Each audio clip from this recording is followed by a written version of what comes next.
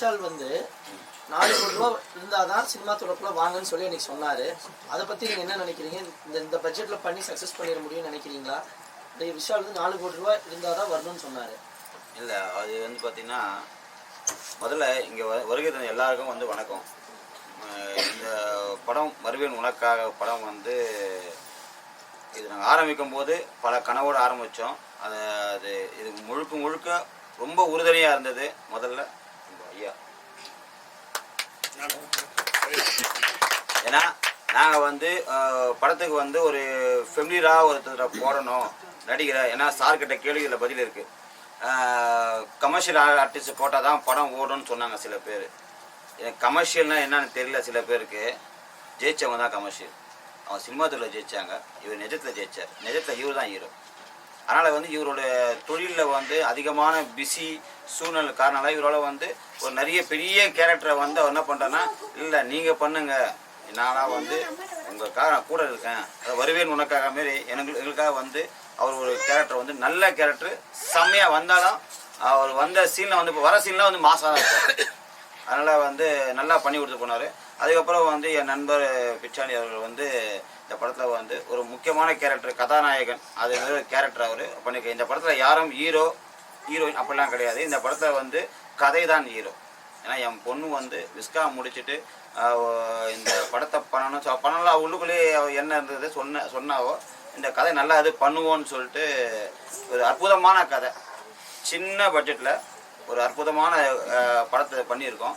Vishal sir சொல்கிறாங்க அவங்க. ஏன்னா அவங்களுக்கு வந்து பயம். ஏன்னா எங்களை போல ஆளுங்கள்லாம் சின்ன உளி தான் வந்து மலையை பேக்கும்னு தெரியும் உங்களுக்கு.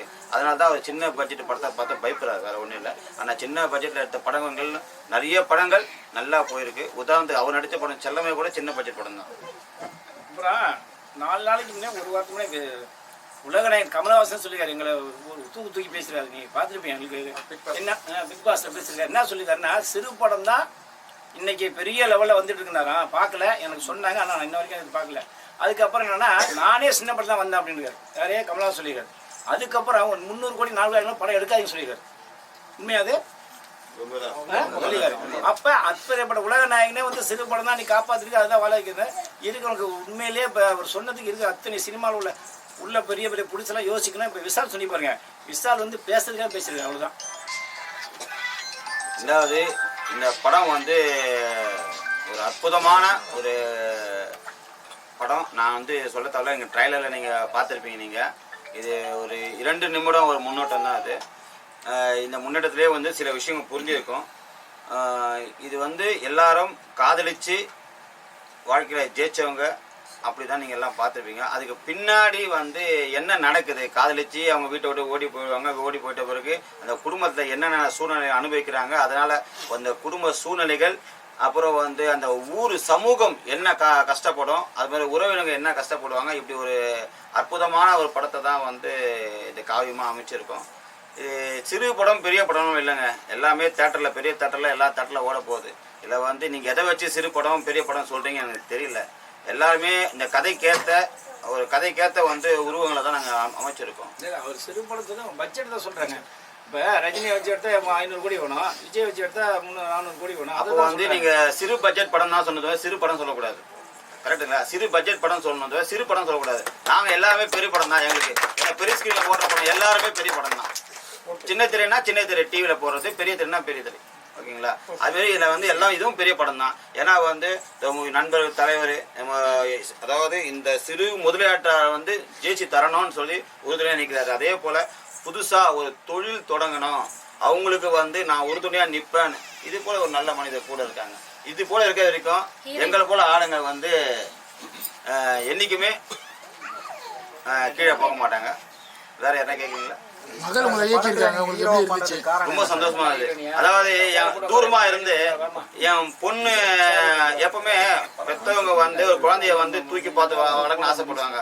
அதுவும் நான் பெத்த பொண்ணு வந்து ஒரு படத்தை இயக்கி உங்க முன்னாடி அவர் நிற்கும் போது நான் தூரமா வந்து ரசிக்கும் போது நான் சாதிச்சிட்டேன். அவ்வளவுதான் என் கடமையை. ஒரு அப்பாவா ஒரு குழந்தைங்களுக்கு என்ன செய்யணுமோ அந்த கடமை நான் செஞ்சுதான் நினைக்கிறேன். நான் முதல்ல உங்களுக்கு சொன்ன கதையை ஸ்க்ரீனில் பார்க்கவும் உங்களுக்கு எப்படி இருந்துச்சு? ரொம்ப இது நீங்கள் 2 வாட்டியே பார்த்துருப்பீங்க, நான் பல வாட்டி பார்த்தேன். ரொம்ப ஒவ்வொரு வாட்டி பார்க்கும்போது குறிப்பாகுது.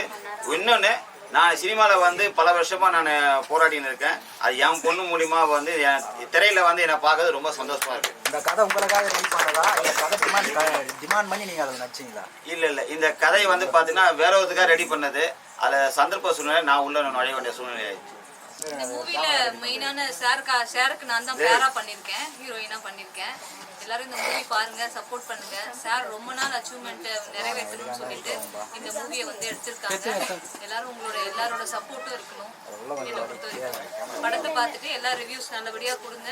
அவர் ரொம்ப இது வந்து தன்னுடைய ட்ரீம் ப்ராஜெக்டா எடுத்திருக்காங்க. எனக்கும் இதுல நடிச்சது ரொம்ப சந்தோஷமா இருக்கு. பிரஸ் மீட்டிங் லேட்டா வரீங்களா? ஷூட்டிங் கரெக்டா சரியான டைம் போறீங்களா? நான் வந்து இப்போ ஒரு படத்துல 11 ஒரு படத்துல பண்ணிட்டு இருக்கேன். அந்த ஷூட் அதை முடிச்சுட்டு இங்க வரதுக்கு லேட் ஆயிடுச்சு. சாரி. அதனால அத கீழ வச்சீங்க மைக்க. சைலன்ட். மைக்க கீழ வைங்க, ஒண்ணும் பிரச்சனை இல்ல. அப்படியே சைலன்ட் போடுங்க. நான் இங்க இருக்கேன், நான் அப்புறம் பேசுறேன். அந்த மைக்க கீழ வைங்க. கூப்பிடுறேங்க, இங்க நான் கலந்துட்டேன், கூப்பிடுறேன். சாரி. என்னால நான் வந்து எப்பவுமே வந்து இந்த மாதிரி இருக்கவ கிடையாது, முன்னேற்பாடா இருக்கிறவங்க தான். பட் இன்னைக்கு என்னால இன்னுமா லைட்டா இப்படி திருப்பி கீழ இருக்கு. போதும். சரியா? போலாம். ஏன் லேட்டா வந்தீங்க சொல்லுங்க. அது பரவாயில்ல சொல்லிட்டீங்க. அதான் என்னோட ஷூட்டிங் ஸ்பாட்ல லேட் ஆயிடுச்சு. நான் அந்த மாதிரி ஆள் இல்ல, பிஃபோரா வந்துடுறவ. ஷூட்டிங் ஸ்பாட்ல அவங்களுக்கே தெரியும். என்னை கூப்பிட்டு போயிட்டு 2 நாளா. இதுல என்ன மாதிரி ரோல் பண்ணி அது சொல்லுங்க. என்ன கேரக்டர் நீங்க அது சொல்லுங்க. நான் வந்து சாருக்கு பேரா பண்ணியிருக்கேன். சாரால ஒரு பாதிக்கப்பட்ட ஒய்ஃப். அவர் ஊர் வேலையை பார்க்க போயிடுவாங்க. நாங்க வீட்டுல வந்து அவருக்காக வெயிட் பண்ணிட்டு இருப்போம். பட் அவர் லாஸ்டா சொல்ற கிளைமேக்ஸ்ல வந்து அவர் உதவுறாங்க ஒரு லேடிக்கு அப்படின்ற மாதிரி ஸ்டோரி வரும். நீங்க கதை பார்த்து தெரிஞ்சுக்கோங்க. கதை எப்படி அவங்க அப்ரோச் பண்ணாங்க, நீங்க எப்படி ஒத்துக்கிட்டீங்க? என்கிட்டயா? இது உங்களுக்கு எத்தனை படம் பண்ணுது? நான் இப்போ வந்து சந்திரமுகி 2ல மனோபல வடிவேல் சார் கூட பண்ணியிருக்கேன். மாவீரன் தீனா அவரோட கௌதமன் சாரோட படத்துல பண்ணியிருக்கேன் மெயின் ரோலா. அப்புறம் சாரான்ற ஒரு படத்துல மெயின் ரோல் பண்ணியிருக்கேன். இப்போ வரப்போற படங்கள்ல நான் பண்ணியிருக்கேன். ஒரு 5-6 படம் பண்ணியிருக்கேன். இவர் தான் என்ன மெயினா ஹீரோயினா போட்டிருக்காங்க. இயக்குனர் வந்து அனு அவங்க டைரக்டர் மேடமும் இதுக்கு அவங்களும் என்ன போட்டிருக்காங்க. அவங்க தான் உங்களை செலக்ஷன் பண்ணிருக்காங்க. என்னை செலக்ட் பண்ணாங்க. அவங்க தான் திடீர்னு கால் வந்தது. நான் எதுவும் எக்ஸ்பெக்ட் பண்ணல. எனக்கு வந்த ஒர்க்கை நான் எதுவாக இருந்தாலும் கிளியராக முடிக்கணுன்ற ஒரு கான்செப்டில் தான் நான் அவங்க சொன்னதை வந்து நான் உடனே பண்ணுறேன்னு சொன்னேன். அதுக்கப்புறம் போன பிறகு தான் தெரிஞ்சது எனக்கு ரொம்ப இம்பார்ட்டன்ஸ் ரோல் கொடுத்துருக்காங்க, ஹீரோயின். அதெல்லாமே நான் அப்புறமா தான் முடிவு பண்ணுது. யாரை பற்றி? டேரக்டர் ரொம்ப நல்லவங்க. அவங்க என்ன சொல்றது, என்னோட ஃபேமிலி மாதிரி தான் அவங்கள பார்க்குறேன். வேற எதுவும் சொல்றது, அவங்கள எனக்கு ரொம்ப க்ளோஸ். அவங்க என் ஃபேமிலி, என்னோட ஃப்ரெண்டு அப்படின்ற மாதிரி. நாங்கள் ரொம்ப ஃப்ரெண்ட்ஸ். நிறைய மேல் டேரக்டர் ஒர்க் பண்ணியிருக்கீங்க. ஃபீமேல் டேரக்டர் ஒர்க் பண்ணும்போது எப்படி இருந்துச்சு? என்ன டிஃப்ரெண்ட் இருந்துச்சு? சைலண்ட்ல போடுங்க. ரொம்ப ஒர்க்கில் ஆனஸ்டாக இருப்பாங்க. அந்த ஒர்க்கை எப்படியாவது ப்ரமோஷன் பண்ணுறதுலேயே தான் அவங்க மைண்ட் செட் இருக்கும். அதிலலாம் ரொம்ப ஹானஸ்டாக இருப்பாங்க. ஒர்க் மேலே தான் அவங்களோட ஃபோக்கஸ் ஃபுல்லாக இருக்கும். அதாவது நம்மளுக்குன்னு எந்த ஒரு அட்ஜஸ்டபிளும் பண்ண மாட்டாங்க. ஒர்க் இது தேவைன்னா எனக்கு இதுதான் தேவை அப்படின்றது நான் பார்த்தேன் அந்த இடத்துல. அது நமக்கு பிடிக்கலனா கூட மூவிக்கு தேவைப்படுற ஒரு விஷயத்த அவங்க கிட்ட நான் பார்த்தேன். அந்த ஒர்க் எஃபிஷியன்ட் அவங்க கிட்ட நிறையவே இருக்கு. அவங்க அப்பா கிட்ட உங்ககிட்ட ஓகே, அவங்க அப்பா கிட்ட ஒன்னே எதிர்த்து அப்பா நடிக்கிறது ரொம்ப கஷ்டப்பட்டோம். அவரை நடிக்க வைக்கிறது. பொண்ணு பக்கத்துல வச்சுட்டு அப்பா வந்து ரொமான்ஸ் பண்றதுலாம் கொஞ்சம் கஷ்டப்பட்டாரு. பேரன் வேற குச்சி வச்சு அடிக்கிறதுக்கு ரெடியா இருந்துட்டே இருந்தான். அதெல்லாம் தாண்டி அவர் நடிச்சிருக்காரு. அடுத்த படத்துல நாங்க வந்து அவரை வந்து தெளிவா ஃப்ரீ ஆக்கிடுவோம். Okay madam. Sir Tamilselvan sir last ஒரு இருக்காது. கேப்டன் மறைவுக்கு வடிவில் வரல, அதுக்கு என்ன சார் பண்ணுவீங்க? வந்து அவருக்கு பிரச்சனையாக இருக்கும்னு கருதி இருக்கலாம். வேற ஒன்றும் வரக்கூடாதுன்னு நினச்சிக்க மாட்டார். ஏன்னா கேப்டனுக்கு ரொம்ப ஒரு அவருக்கு ஆகாத அரசியல் நீதியான மோதல் இருக்கிறது உங்களுக்கே தெரியும் பத்திரிகை துறைக்கு. சரி, அந்த மாதிரி பொது இடத்துக்கு வரும்போது அவருடைய ஆதரவாளர்கள் மத்தியில் அவர் ரொம்ப நீண்ட கியூ இருக்குது இல்லையா?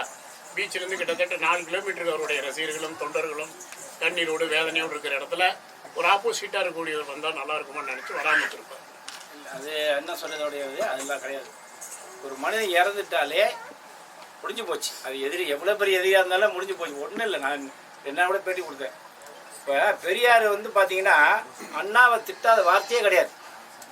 அப்பேற்பட்ட அண்ணா ஜெயிச்ச உடனே முதல் ஆசீர்வாதம் வாங்கினது பெரியார்கிட்ட. அதே அண்ணா இறந்தப்ப பெரியார் கடந்து கதறினாரு. அதே மாதிரி எம்ஜிஆர் இறந்தப்ப எம்ஜிஆர் வந்து 13 வருஷம் அவர் சாவர வரைக்கும் மரம் சேர்ந்தார். அப்போ எம்ஜிஆர் செத்தப்ப கலைஞர் வந்து முதல் ஆளாக வந்தார். அதே மாதிரி எடுத்துட்டீங்க பார்த்தீங்கன்னா பெரியார், அது மாதிரி காமராஜர், அது மாதிரி ஜெயலலிதா செத்தது கலைஞர் தெரியாது, கலைஞர் செத்தது ஜெயலலிதா தெரியாது. இவங்க 2 பேரும் இதுதான் உண்மை. அதேமாரி விஜயகாந்த் இன்னைக்கு ஏங்க ஒன்றும் இல்லைங்க, நீ முதல்வர் அரசியல் 1000 பேர் இருந்தால் கூட அவர் ஒரு தனியாக கட்சி போனால் கூட கலைஞரும் கலைஞரும் ஜெயலலிதா இருக்கக்கூடாதுன்னு சொல்லி தான் ரஜினி, கமல், விஜயகாந்த் அரசியலுக்கு வராமல் இருந்தாங்க. உங்களுக்கு தெரிஞ்சா எனக்கு தெரியும். அதையும் மீறி வந்தாருன்னா ஆட்சி சரின்னு சொல்லி விஜயகாந்த் வந்தார். அதை மீறி இன்னைக்கு செத்துருக்கா இருக்கும் போது விஜயகாந்த் இன்னைக்கு வடிவேல உருவாக்குனது மெயின் விஜயகாந்த். ஏங்க எல்லாம் ஒருத்தவர் செத்ததுக்கு அப்புறம் 5000 பேர் 50,000 பேர் வந்தா கூட இவன் போய் தலையை காட்டணும்லங்க.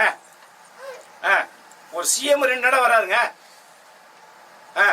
இன்னைக்கு அவருக்கு வேற வேலை இல்லையா? தமிழ்நாட்டில் எத்தனையோ லட்சம் பேர் வேலை இருக்கும்போது அதை விட்டுட்டு 2 இடம் வந்து 72 குண்டு மலைக்கு நின்று போட்டு போறாரு.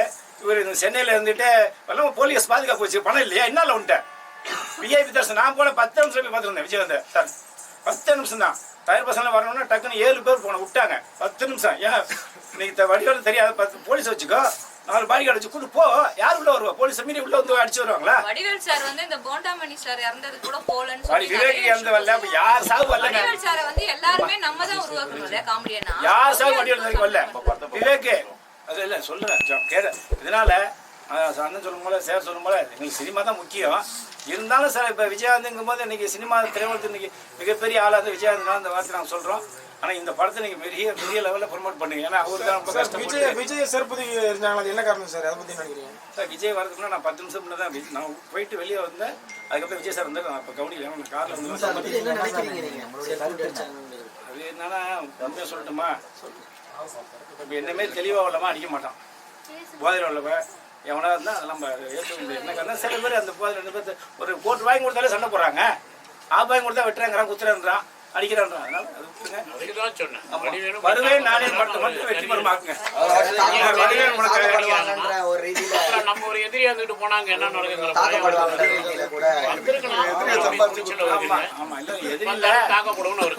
அண்ணன் சொன்னதே இதுதான்.